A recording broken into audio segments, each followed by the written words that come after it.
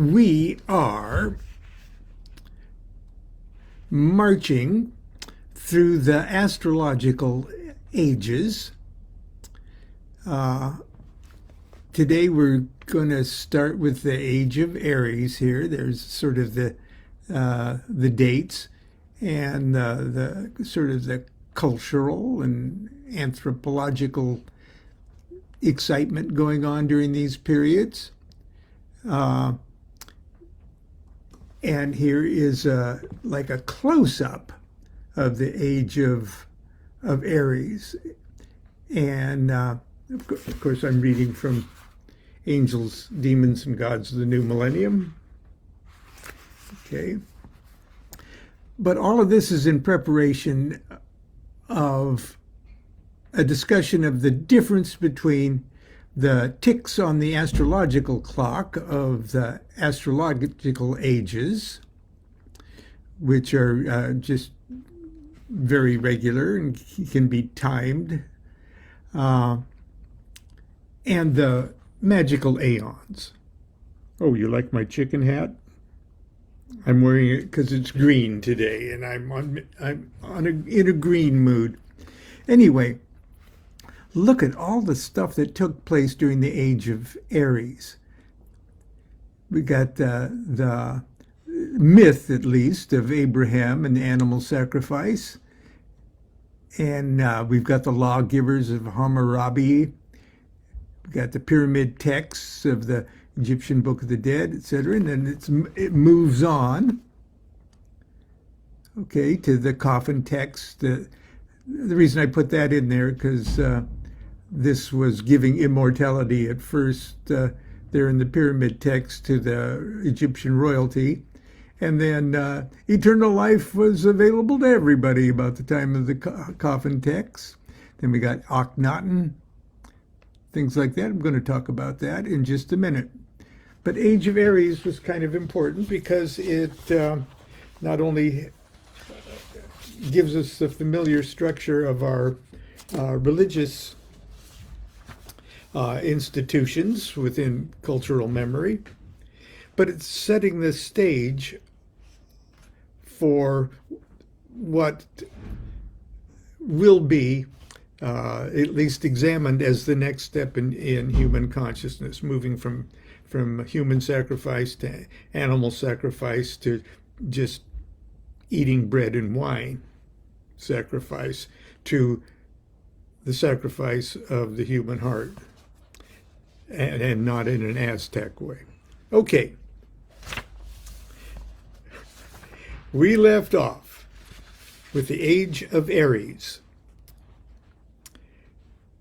2332 BC to 166 BC. Okay, it's the pole of Aries and Libra. So we discussed yesterday, let's see, that diagram right there. When the sun is in one sign, it is also shish kebabbing the earth on a pole that reaches to the opposite sign. So like when the sun's in Aries, over there in the far left, the sun is filtering the Aries juice onto the earth, but on the opposite, Libra, on the far right there, we're getting the Libra juice full blast from behind. So the age of Aries is actually the age of Aries Libra. And in a sense, the Libra has the more significant spiritual value to it. And the Aries would have the more outward form of worship, the sort of more tangible, in-your-face significance. And the Libra has the more spiritual significance.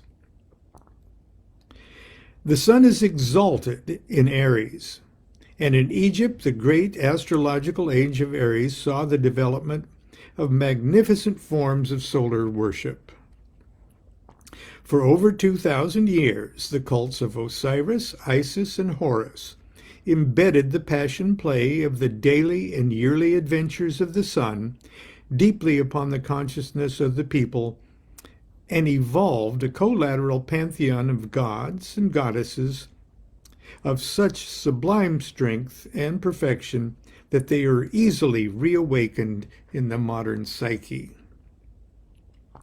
Identity with the cycles of the sun brought with it an obsession with death and resurrection that dominated the spiritual musings of royalty early in the age. That's that pyramid text thing. And later in that period, the artisans and tomb workers would become eligible for eternal life too. And then that's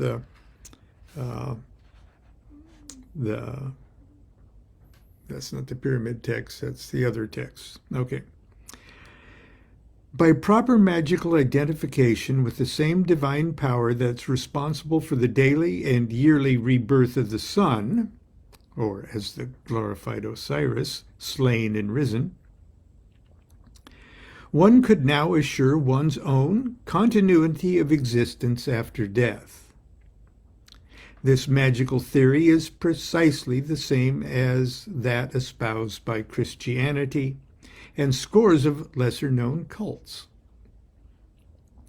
I'll discuss this subject in greater depth in the last section of this chapter, and that's the one on the aeons. In 1353 BC, the pendulum of Egyptian solar worship reached its most radical swing when King Akhenaten attempted to dethrone the god Aton, or attempted to enthrone the god Aton, the solar disk itself. I think that, let me digress for a second. I think the name of the god Aton, A-T-O-N. Now, O-N is ultimately the Egyptian word for the sun, or at least the Hellenized word for the sun. And Heliopolis, the city of the sun itself, was named On. So it's at On. Okay. And On is also the root of words suggesting being itself. Not being like baked beans, but being, like human being. The word ontology, the study of being, the on is that. And it's the same as the sun, drawing a direct connection with self and being as a solar quality. But I digress. Tempted to enthrone the god Aton, the solar disk itself is the state deity, and attempted to withdraw government support of all other cults. This move proved to be politically incorrect and a major social faux pas. Excuse me. Let me take a cup of coffee. From Temple.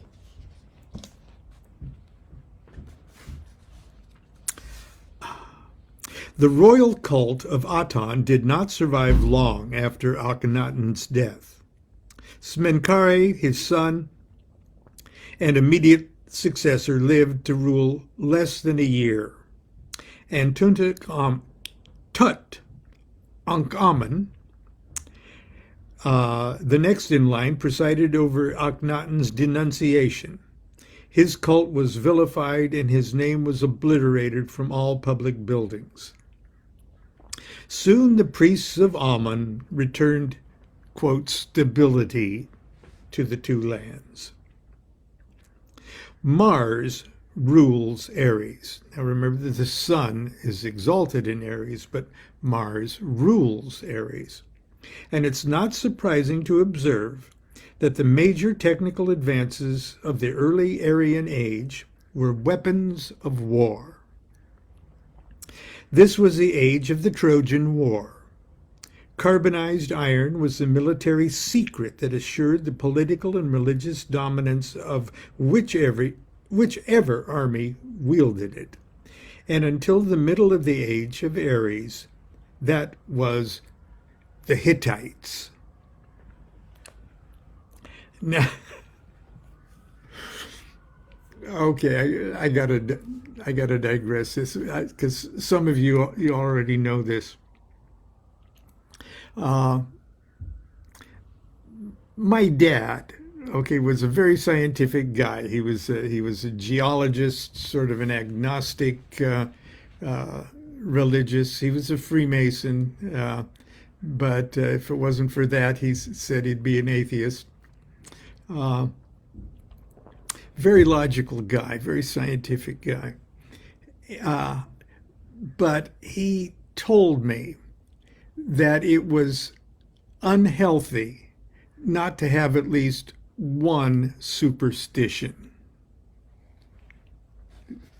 It was a weird thing, but he had this thing. He says, it's good to be totally rational and to know that superstitions are bullshit, but it's healthy to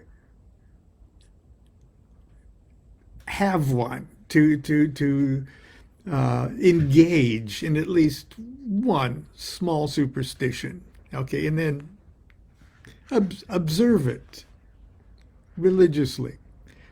And so he had three. He didn't want a wild bird in the house. Thought that was bad luck.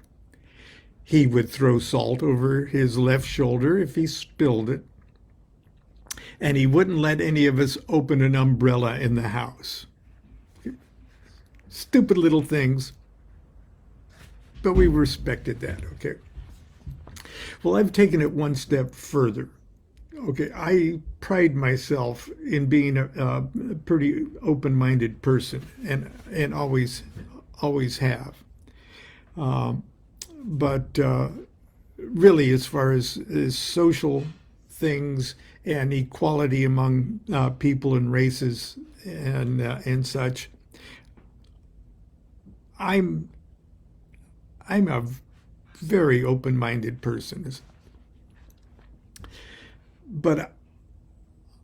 And I don't knowingly engage in prejudices against any people, okay? Because I know what a screw up I am, and I wouldn't dare throw stones at another culture or another people or another race, okay? But keeping with my father's thing about having one spiritual vice, okay, just to stay balanced and healthy, I've arbitrarily chosen to be bigoted against the Hittites. There's no Hittite country. There's no Hittite race running around. There's not too much except Hittite pottery. Laughed. So I've decided to be tongue-in-cheek prejudice against Hittites. And when the word Hittite comes up in a conversation, I blow people's minds by loudly going, "Goddamn Hittites!" What do you got against Hittites? Hittites! Damn, goddamn Hittites. You know, them and their pottery.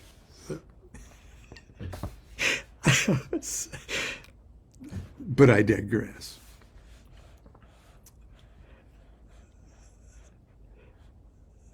Until the middle of the Age of Aries, the culture that wielded the iron tools, um, was the Hittites. Was the goddamn Hittites. They were also the first to adapt cuneiform writing to their language, which would give rise to what we now call the classical Greek forms of linear A and B, them in their language. Spread by the dynamics of international trade, the popularity of linear A and B would initiate the first real quantum leap in literacy the world had ever experienced. Who would have figured it was the goddamn Hittites that is responsible for our language? Go figure. The gods of the Age of Aries are very recognizable to the modern student. One need only read of their adventures in Homer's Iliad to see how the Greek pantheon had crystallized in the Hellenic soul. The Sumerian pantheon also received a facelift when it was adopted by the Semites, and an assortment of other cultures, including those which would eventually shape the remarkably resilient traditions of Judaism. Biblical scholars, I say biblical scholars, and I'm not saying historians, I'm saying biblical scholars, people that use the text of the Bible as a foundation for their ideas of historical events. Biblical scholars maintain that Abraham, the grand patriarch of the Jews, Christians, and Muslims, lived approximately 2000 BC, at the beginning of the Age of Aries, and that Moses, the great lawgiver of the same three religions, lived approximately 1300 BC, the very middle of the Age of Aries. Now, whether or not there's any veracity to the historical existence of either of these characters, it's still interesting to note the obvious parallels of astrological symbolism involved in their myths. As I mentioned earlier, the Taurian age was characterized in many cultures by the annual or biannual sacrifice of the male consort of the goddess, priestess. This became stylized late in the period by the substitution of a male child in place of the consort, a practice which some authorities believed undermined the role of the goddess priestess and led to the ascent of the male gods. In the establishment of patriarchies, this first part of the scenario is illustrated quite clearly in the biblical story of Abraham, the founding father of the great patriarchal religions.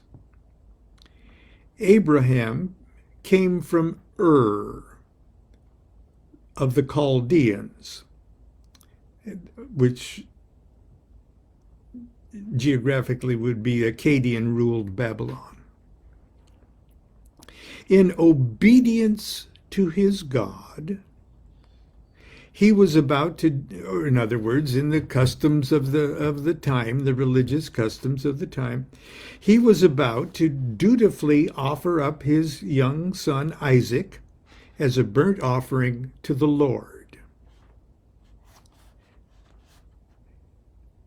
When he, quote, this is from Genesis, lifted up his eyes and looked, and behold, a lamb caught in a thicket by his horns. And Abraham went and took the ram and offered it up for a burnt offering instead of his son. So, at the very dawn of the Age of Aries, the ram, the primary mythological personage of the age, magically modified the fundamental form of religious expression of the previous age by substituting animal sacrifice for human sacrifice. The sacrificial symbol of the previous age was the bull, animal nature harnessed but not yet tamed. Now the sacred victim was the ram or the sheep. The symbol of animal nature suppressed, subjugated, and exploited by humans for sustenance, comfort, and commerce. Also, let's not forget that in the age of Aries, the Earth and Sun were impaled upon the Aries-Libra pole. During this period, the influence of Libra, whose scales of justice balance the energies of its celestial neighbors Scorpio and Virgo, is particularly significant when we observe the major societal changes brought about by the introduction of laws and the development of formal legal institutions. Babylon's great lawgiver, Hammurabi, reigned during the early years of the age. Moses, by tradition, the great lawgiver, Moses, by tradition, descended Mount Sinai with the Ten Commandments at the zenith of the age of Aries. It's most interesting to observe that by 166 BC, that's almost yesterday, when Aries Libra ended, the entire Western world was ruled by the iron laws of Rome and policed by the greatest military organization the world had ever seen. Aries, Libra, Libra, Aries.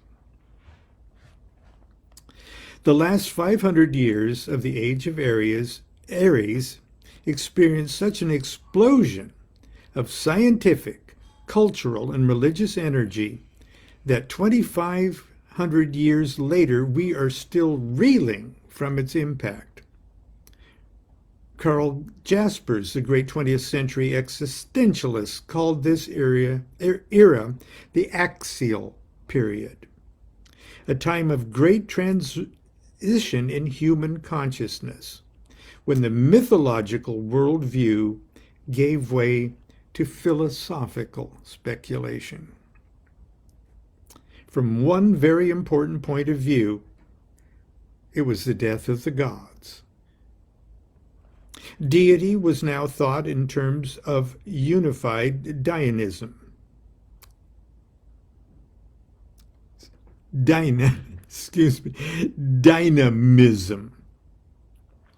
In Palestine, the prophets Elijah, Jeremiah, and Deutero-Isaiah charged the Semitic world with a wild combination of mysticism and terror.